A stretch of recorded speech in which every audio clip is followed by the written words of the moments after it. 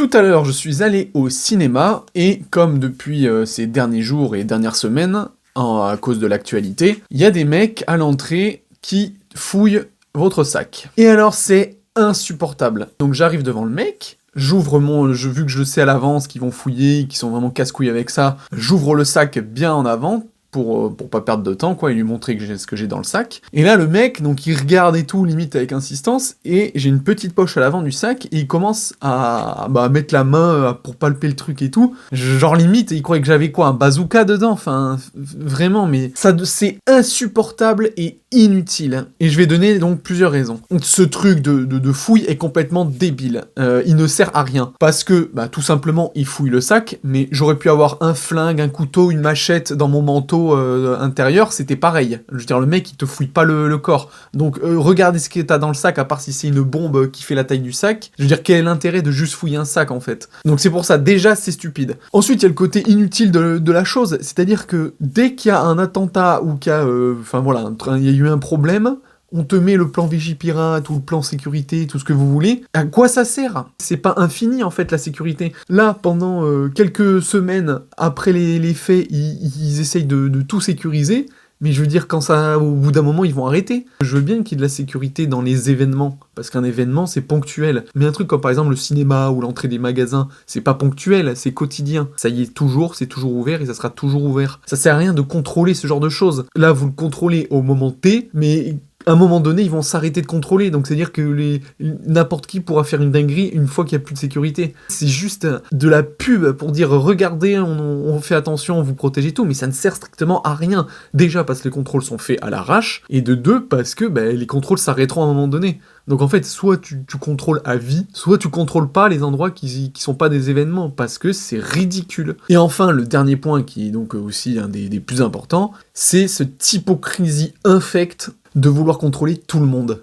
On subit des actions terroristes, etc., de nature islamique, et qui est donc dans notre société composée à 99% d'arabes et d'africains, de noirs, mais on veut continuer, pour faire les bisounours, de contrôler tout le monde, c'est-à-dire même tous les blancs et tout ça. C'est d'une stupidité abyssale qui fait pitié. Même eux, ils savent très bien qu'il n'y a aucun risque avec les blancs, mais ils vont le faire parce que sinon, oh là là, ça va être mal vu, contrôle aux faciès, et oh là là, c'est raciste. Mais bande de cons, putain, mais essayez d'élever votre niveau intellectuel.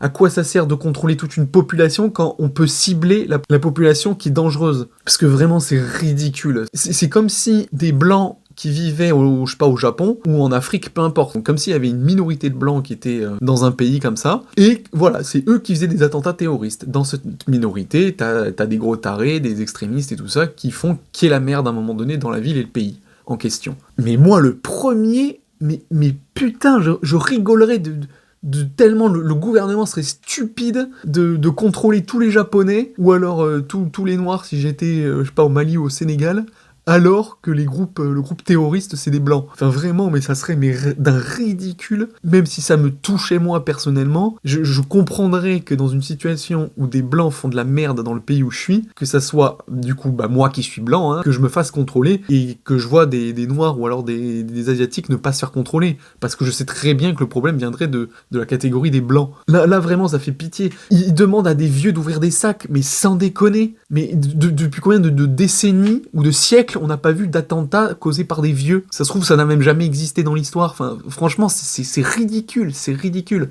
Même si on prenait un autre exemple avec un pays où il y a la même ethnie, tout le monde a la même couleur de peau, et les terroristes, c'est un groupe revendiqué de jeunes. Et donc là, voilà, pour faire plaisir, dans ce pays, on contrôlerait tout le monde.